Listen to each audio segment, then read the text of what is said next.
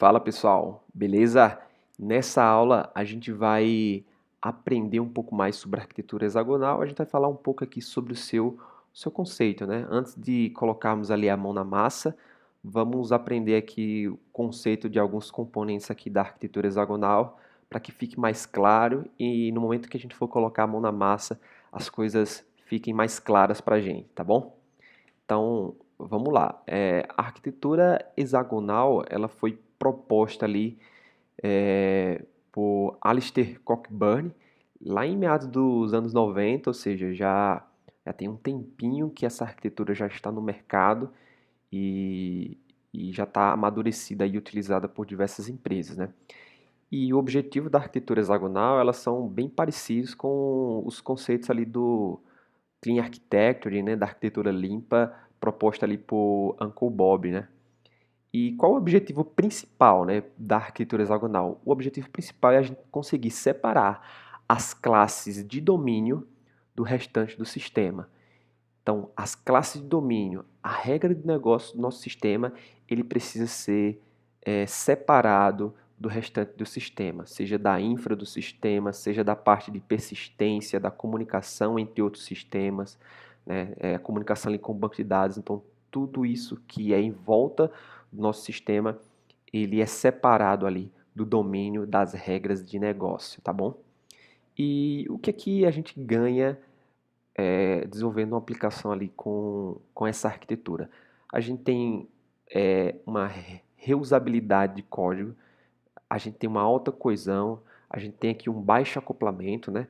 Como eu mencionei aqui anteriormente, como a nossa regra de negócio ela está separada da persistência, está separada de uma comunicação externa ou comunicação entre outros sistemas, a gente tem aqui um baixo acoplamento. Então, a nossa regra de negócio não está diretamente acoplada com alguma tecnologia ou com algum componente, né? Por exemplo, se eu tenho uma aplicação que faz uma persistência ali no banco MySQL, com arquitetura hexagonal, eu posso tranquilamente e de forma fácil trocar esse banco por um banco não relacional, por exemplo, um Mongo ou um Dynamo, e eu consigo trocar isso de forma tranquila e a minha regra de negócio não vai sofrer um impacto com isso, né? Então, minha regra de negócio vai estar isolada ali de todos esses componentes, tá? Então, a arquitetura hexagonal também aqui ela é independente de tecnologia. Então, a gente pode desenvolver ela aí com qualquer linguagem de programação. E como a gente tem um baixo acoplamento aqui, logo a gente consegue testar a nossa aplicação de forma mais fácil, né? Então, como eu mencionei aqui, a arquitetura hexagonal, basicamente, ela se divide em dois grupos, né? As classes de domínio, que são as nossas regras de negócio, e as classes relacionadas com infraestrutura, tecnologia, integração entre sistema, persistência, né? Como banco de dados. Então, a gente tem esses dois grupos aí.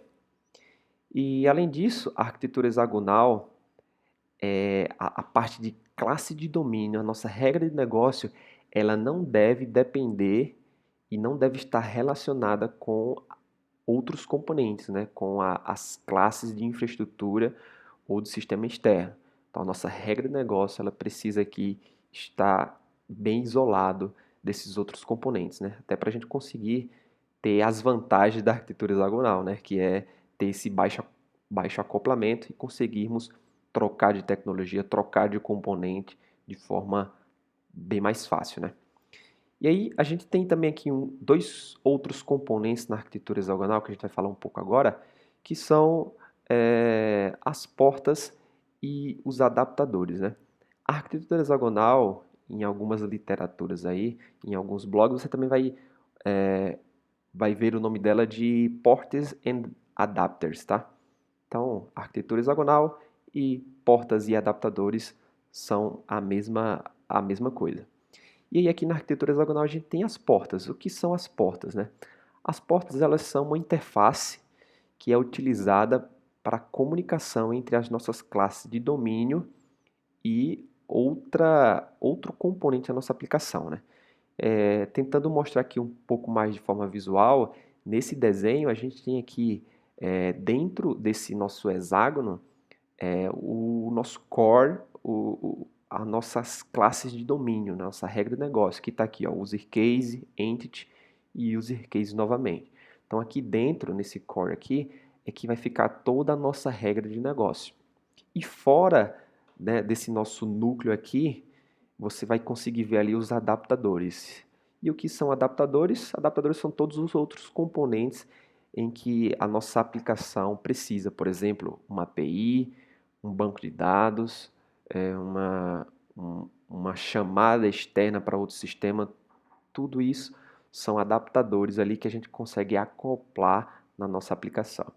E para fazer uma comunicação aqui entre um adaptador e as nossas regras de negócio, a gente precisa de um caminho. E esse caminho aí a gente chama de portas, tá?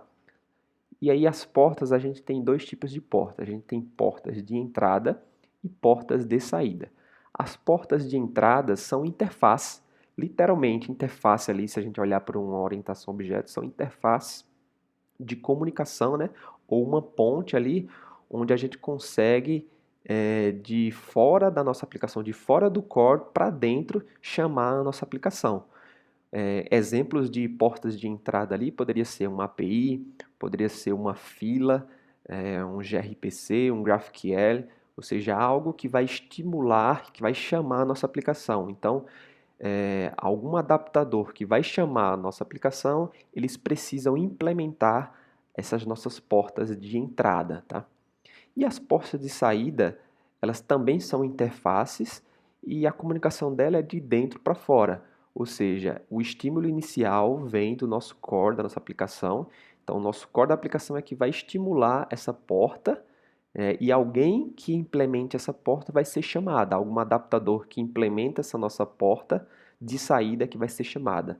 Exemplos de implementações ou de adaptadores de portas de saída, por exemplo, um banco de dados, ele precisa implementar uma porta de saída, porque o core da nossa aplicação irá chamar ele, então a comunicação se dá de dentro para fora. Ou outro exemplo aqui também pode ser uma chamada externa a algum outro sistema e essa chamada também, esse adaptador, ele precisa implementar ali a porta de saída, tá? Então, a gente conseguiu ver aqui de forma rápida e bem clara esses nossos componentes e a gente consegue dar uma visão geral, né? Então, a gente tem aqui as nossas classes de domínio, as nossas classes de regra de negócio que estão aqui dentro do nosso núcleo, né? E temos as nossas portas que fazem pontes para o mundo externo, né? Para os componentes da nossa aplicação. E esses componentes a gente dá o nome de adaptadores e esses adaptadores eles podem ser diversos, né? Podem ser adaptadores aqui, uma API, pode ser um banco de dados, pode ser uma chamada a outro sistema. Então a gente tem diversos adaptadores. E a grande vantagem aqui da arquitetura hexagonal é que a gente tem tudo isso de forma isolada e independente. O nosso core ele é isolado, é independente, está seguro.